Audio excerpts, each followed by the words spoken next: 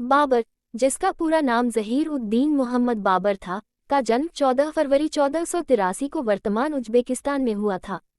वह चगताई तुर्क मंगोल राजकुमार थे जिन्होंने भारत में मुगल साम्राज्य की स्थापना की थी। बाबर अपने पिता की ओर से तैमूर और अपनी माता की ओर से चंगेज खान का प्रत्यक्ष वंशज था, जिससे उसे मध्य एशिया में एक मजबूत वंश मिला। अपने प्रारंभिक वर्षों में बाबर को कई चुनौतियों और असफलताओं का सामना करना पड़ा। उनके पिता उमर शेख मिर्जा मध्य एशिया के एक क्षेत्र फरगना घाटी के शासक थे। हालांकि जब बाबर केवल 12 वर्ष का था, उसके पिता की मृत्यु हो गई और वह सिंहासन पर बैठा। उनकी कम उम्र के कारण उनके शासन को चुनौती दी गई, जिससे संघर्ष और निर्वासन का दौर शुरू हुआ। बाबर को लगातार धमकियों और आक्रमणों का सामना करना पड़ा, जिससे उसे सहयोगियों और क्षेत्रों की तलाश में पूरे मध्य एशिया में भटकने के लिए मजबूर होना पड़ा। अनेक कठिनाइयों का सामना करने के बावजूद वह एक महत्वाकांक्षी और सक्षम सैन्य नेता थे। उनके सैन्य अभियानों और रणनीतिक गठबंधनों ने अंततः उन्हें 1504 में काबुल, अफगानिस्तान में पैर जमाने की अनुमति दी। काबुल से बाबर ने भारतीय उपमहाद्वीप में अपने अभियान शुरू किए, जिससे 1526 में पानीपत की पहली लड़ाई में जीत के बाद मुगल साम्राज्य की स्थापना हुई। बाबर का प्रारंभिक जीवन राजनीतिक अस्थिरता से चिन्हित था, लेकिन उसका दृढ़ संकल्प, सैन्य कौशल और रणनीतिक कुशाग्रता ने दक्षिण एशियाई इतिहास के सबसे महत्वपूर्ण साम्राज्यों में से एक के संस्थापक के रूप में उनकी विरासत का मार्ग प्रशस्त किया। अंडस को बाबर का निर्वासन उसके जीवन का एक महत्वपूर्ण समय था, जिसने उसके लचीलेपन और दृढ़ संकल्प को आकार दिया। 1494 में अपने पिता उमर शेख मिर्जा की मृत्यु के बाद बाबर को फरगना घाटी में अपने शासन के लिए कई चुनौतियों का सामना करना पड़ा। उनके उत्तराधिकार पर विवाद हुआ, जिसके कारण उन्हें 12 साल की उम्र में अपनी मातृभूमि से निर्वासन करना पड़ा। फरगना छोड़ने के लिए मजबूर होने के बाद वह अपने सिंहासन को पुनः प्राप्त करने के लिए सहयोगियों और क्षेत्रों की तलाश में मध्य एशिया में घूमते रहे।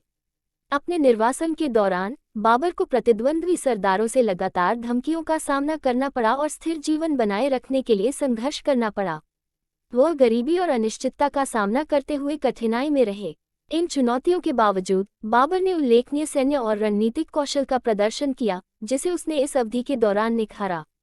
उन्होंने विभिन्न आदिवासी नेताओं के साथ गठबंधन बनाया और फरगना को पुनः प्राप्त करने के लिए कई असफल अभियानों का प्रयास किया। बाबर का निर्वासन उसे समरकंद और हेरात सहित विभिन्न क्षेत्रों में ले गया, जहां उसे राजनीतिक साजिशों और सैन्य टकरावों का सामना करना पड़ा। असफलताओं के बावजूद उनका दृढ़ संकल्प कभी नहीं डिगा। निर्वासन में उनके अनुभवों ने उनके चरित्र को आकार देने में महत्वपूर्ण भूमिका निभाई, जिससे वे एक लचीला और साधन संपन्न नेता बन गए। 1504 में कई संघर्षों और अस्थायी गठबंधनों के बाद बाबर अंततः काबुल, अफगानिस्तान में अपना शासन स्थापित करने में कामयाब रहा। वहां से उन्होंने भारतीय उपमहाद्वीप में अपने अभियानों की योजना बनाना शुरू कर दिया, जिससे अंततः 1526 में पानीपत की पहली लड़ाई में उनकी जीत के बाद मुगल साम्राज्य की स्थापना हुई। बाबर के निर्वासन के वर्ष प्रतिकूलता की अवधि थे, लेकिन उन्होंने उसे भी प्रदान किया। महानता हासिल करने और दक्षिण एशिया में एक महत्वपूर्ण साम्राज्य स्थापित करने के लिए आवश्यक कौशल और दृढ़ता अंडस को मुगल साम्राज्य का संस्थापक बाबर न केवल एक कुशल सैन्य रणनीतिकार था, बल्कि एक भावुक कवि भी था। कविता में उनकी रुचि उनके व्यक्तित्व का एक महत्वपूर्ण पहलू थी, जो साहित्य और संस्कृति के प्रति उनके प्रेम को दर्शाती थी। बाबर की काव्य रचनाएं मुख्यतः उसकी मूल भाषा चगताई तुर्किक में थीं। उन्होंने अपने छंदों के माध्यम से अपनी भावनाओं, विचारों और टिप्पणियों को व्यक्त किया, प्रकृति की सुंदरता, प्रेम और मानवीय रिश्तों की जटिलताओं के प्रति अपनी गहरी प्रशंसा प्रदर्शित की। अपनी कविता में बाबर अक्सर जीवन की क्षणिक प्रकृति, अलगाव की पीड़ा और अस्तित्व की अल्पकालिक खुशियों पर विचार करता था। उनके छंदों ने एक संवेदनशील और आत्मविश्लेषी आत्मा को प्रकट किया, जिसमें एक शासक और एक इंसान के रूप में उनके अनुभवों का सार शामिल था।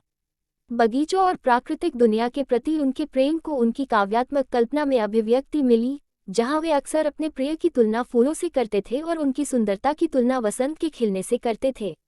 बाबर की कविता ने उनकी बुद्धि और हास्य को भी प्रदर्शित किया, जिससे उनके साहित्यिक कार्यों में गहराई की परतें जुड़ गईं। उनके छंदों में दरबारी जीवन, दोस्ती और शराब के आनंद की बारीकियों का जश्न मनाया जाता है, जो उनकी दुनिया के बहुमुखी दृश्य को चित्रित करता है। उनकी काव्यात्मक विरासत कायम रही, जिसने मुगल दरबार और उसके बाहर के कवियों की आने वाली पीढ़ियों को प्रभावित किया।